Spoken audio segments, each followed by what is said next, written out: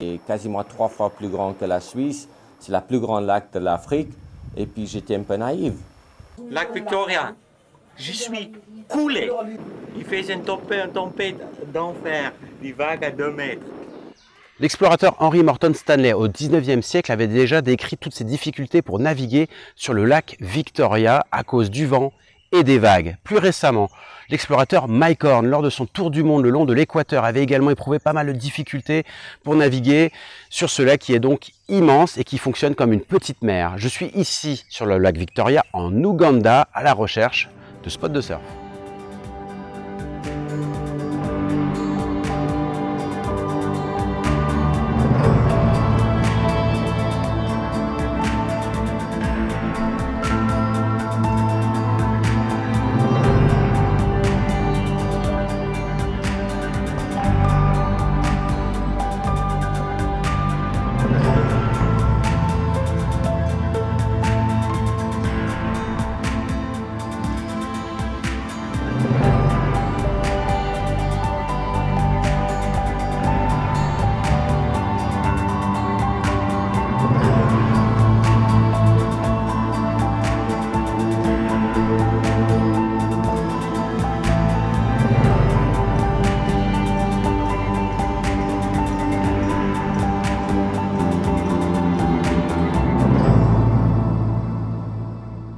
Le lac Victoria est le deuxième plus grand lac du monde, c'est le plus grand lac d'Afrique, c'est aussi le plus grand lac tropical. Il a une superficie de quasiment 70 000 km², c'est immense, c'est plusieurs fois la taille de la Bretagne ou de la Belgique.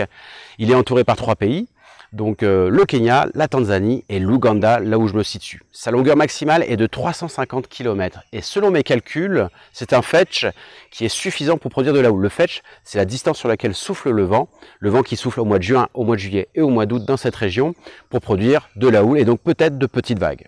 Donc on verra bien, je me suis rendu dans les îles Tsetse, c'est là que je me situe, un archipel qui est situé donc dans le nord-ouest du lac Victoria, qui compte environ 84 îles. Ce sont des îles très sauvages, magnifiques, et on y vit comme sur une petite mer en fonction des vents et aussi des vagues.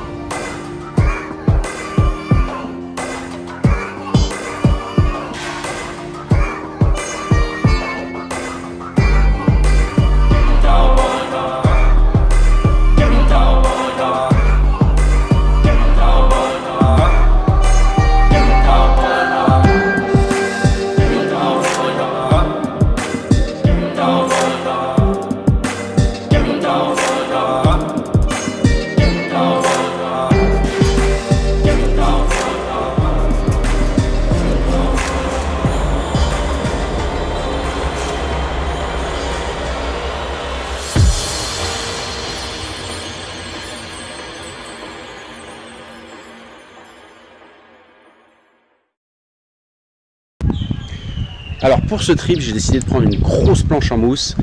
D'abord parce que c'est fait pour les petites vagues, hein, on est sur un lac, faut pas l'oublier. Puis c'est facile à transporter, hein, avion, bateau, taxi, moto. Et puis surtout c'est une planche de débutant. Donc comme j'ai prévu de laisser la planche ici dans les îles, ben voilà, peut-être qu'un jour on verra émerger une petite scène surf.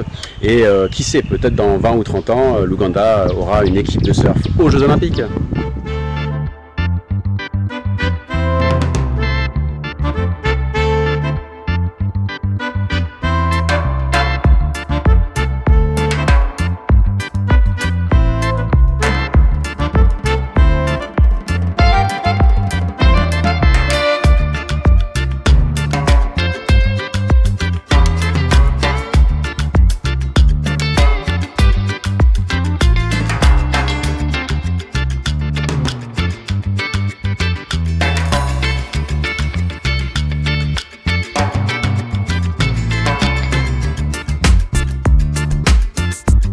The best season for, or the best moment for wave is June and July.